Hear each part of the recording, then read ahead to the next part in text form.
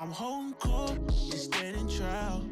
Why ain't I see you round back when So let's get to the verses. So that, and we'll just get to. I know you didn't been talking about it for the past fucking 10 days. But I'd be remiss if I didn't. At least especially because I was there and I came with you. You know what I mean? So with the we get to the verses, and I even noticed when I got there, I knocked on your trailer. I think you was in there on the phone or whatever. And then when you came out, I noticed that you was ready for war. Your whole thing was you was serious, like you was like Mike Tyson about to walk into the ring. You know what I'm saying? Goddamn Um, right, baby.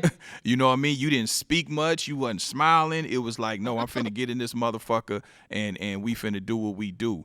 Um, what do you think? You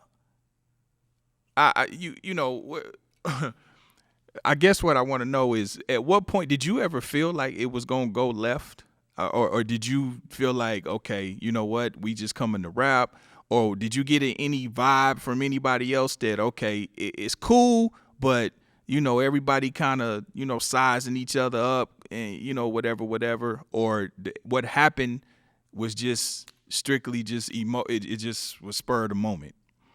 Um, like when I was first, I was a little sick. My son brought some shit home. Goddamn nasty ass kids in fucking school, in For sure. preschool. Oh, you stay sick with little Booger eating kids. motherfucker, Yeah. booger eating ass kids, snot, coughing and shit. So I was fucked up, like fucked up, coughing up and sneezing blood and all this other shit. I ain't had a COVID or no shit like that. Got tested, made sure I was good. Um, so like my demeanor was stay in character because you can't do too much or you're gonna start coughing.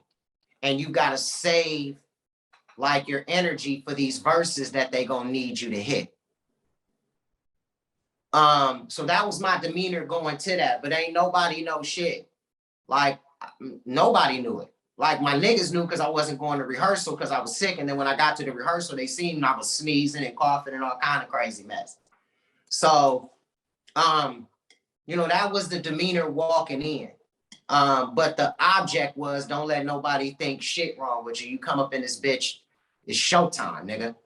So, and then my marketing and promotional scheme was serious shit. And it's got to be a twin tinge of realness in this shit. Everything can't be happy and joyfully like some fucking WWF fucking fight. And I didn't want our verses to be WWF.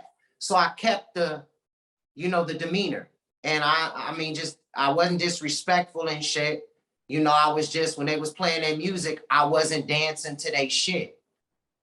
That's it. And I'm looking at them like whatever. I'm not dancing to their shit. That was my only energy. Was not dancing to their shit. Nothing else. I wasn't talking, doing none of that shit. I didn't expect nothing to go in any route or any direction. But there are trigger words. Mm-hmm. Mm-hmm. So before we get to the trigger word, I'm sorry, before we get to the trigger word, I was there. I was in VIP.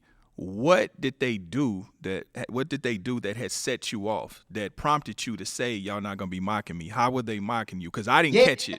that didn't, that's what I'm saying. That didn't set me off. As I seen Lazy doing what he was doing, I wanted to say something so I could be a part of the back and forth because I could feel the fans like, B, say something. They starting to know I wasn't doing too much talking and I was just rapping. And my whole thing was I seen him like trying to, do something like in my peripheral in the corner of my shit. But my thing was to say something to add to the banter. And before I could get to say it, this motherfucker said some bullshit and a trigger word. And like my last words was going to be, against the boo, you the only lyricist on stage. That was gonna be my last words. And then y'all go ahead and do y'all shit. And I was gonna try to turn the spotlight over to Homegirl because I fuck with Homegirl. And I've been fucking with Homegirl for a long time. But I ain't finna let nobody else know that shit right now, or it's gonna be too WWF.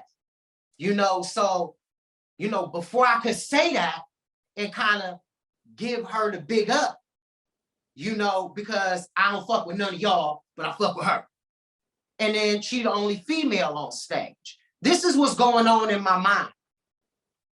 And before I could get to say and gangsta boo, right when I said that, that's when the nigga said that shit. It was a trigger word. And, you know, I just fucking went off. So Gangsta Boo, so you fuck with Gangsta Boo. Let me ask you, had you had a prior relationship with anybody else in 3-6? Nah, I ain't really fuck with nobody. Crunchy, he said some fire shit, you know what I'm saying, about a nigga. Some shit that was like some cool shit that you say. You know, nothing, you know, fucked up. And so I had that locked in. But yeah, I fuck with Gangsta Boo for a long ass time. Like years and years and years and years and years. And my whole mission was to big her up. You feel what I'm saying? Like on that particular, and that was pretty much the only thing I was gonna say. I did see the little mock and I'm like, ooh, I got a way to say something to these motherfuckers. And then the rest was more like, you know, the way that I said it, are you ugly? Like, it wasn't like me being super fucking serious. Yeah, you wasn't trying to be malicious or like mean-spirited. right. I was trying to really add to the banter and still stay in motherfucking character the best I can. Well, I don't fuck with y'all, but I fuck with her. And plus, I'm sick as fuck, so if I do too much talking, I'm gonna start coughing. You know what I'm saying? Because of that. So I'm saving all of this shit. So, and then when homeboy said the trigger word, it was just like, man, fuck you, man. You know what I'm saying? What the fuck is that? You know, who you talking to? You know, instead of being able to get all of that off, my body just reacted. And I believe that's when you was like, you know, you started making calls like, holy fuck, what's up? You know what I'm saying? Everybody started rushing down. The hammer started coming out. Niggas had hammers in that bitch. Like straight up, man. I know my side, dude. But yeah, for sure. For sure. Cause I mean, you know, cause when we went to, you know, I got the call, August hit me like, man, you know what I'm saying, go down and get B. You was in the car, you know what I'm saying? So before I had came to your car, I went to my car, you know, you know what I'm saying? And then I came to your car. And then that's when we walked in, you know what I mean? And that's when, you know, we emerged on stage. And it was so funny because when I came on stage behind you, it was like motherfuckers was like, oh shit, where the fuck did he get this Superman looking nigga from? You know what I mean? But then at the same time, it was a crazy kind of dynamic, you know what I'm saying? Because I felt like it still was genuine love and motherfuckers really wanted to get it done, you know what I'm saying? But it's still kind of this thing where you don't really know, because you know, like I know, it don't even really be y'all. It be the motherfuckers around motherfuckers. It won't even be them. It'll be y'all's niggas that'll go and they niggas that'll go. Where you and Paul and Lay and all, y'all got to understand, and y'all there to work and get some shit done and do the performance. But you know, the mans in them is turned up. They ready to, you know what I mean, do what they got to do. So I mean, well, you know, sometimes the artist is turned, and I walk in alone. You feel me? I ain't had nobody with me to get turned up for me. Like I come into the shows with bunches and bunches of people. I got some hitters in that motherfucker, some motherfuckers carrying hammers, and that's really about it. And I'm corporate as fuck. I'm gonna pay you your money.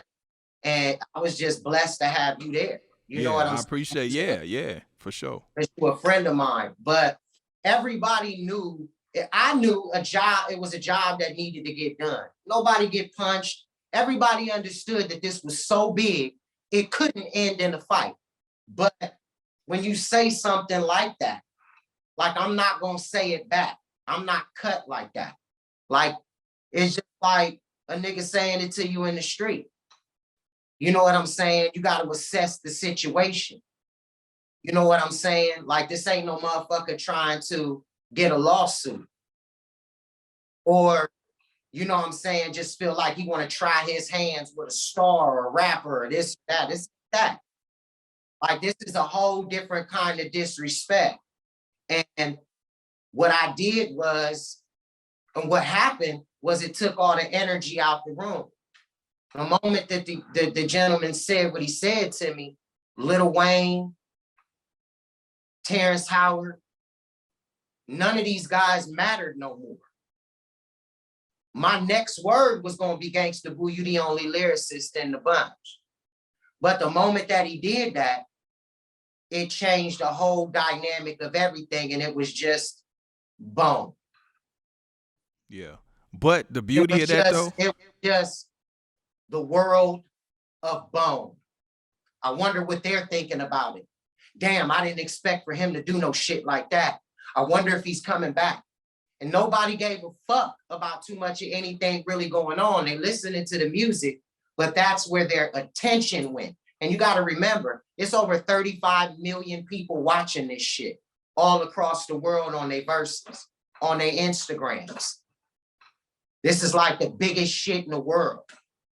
So the energy was sucked out the room, and everyone said, man, he shouldn't have said that to you. Everybody like, they trying to make the ugly motherfuckers be anything more, but it just doesn't draw that. That didn't draw that. So that's what happened to the show.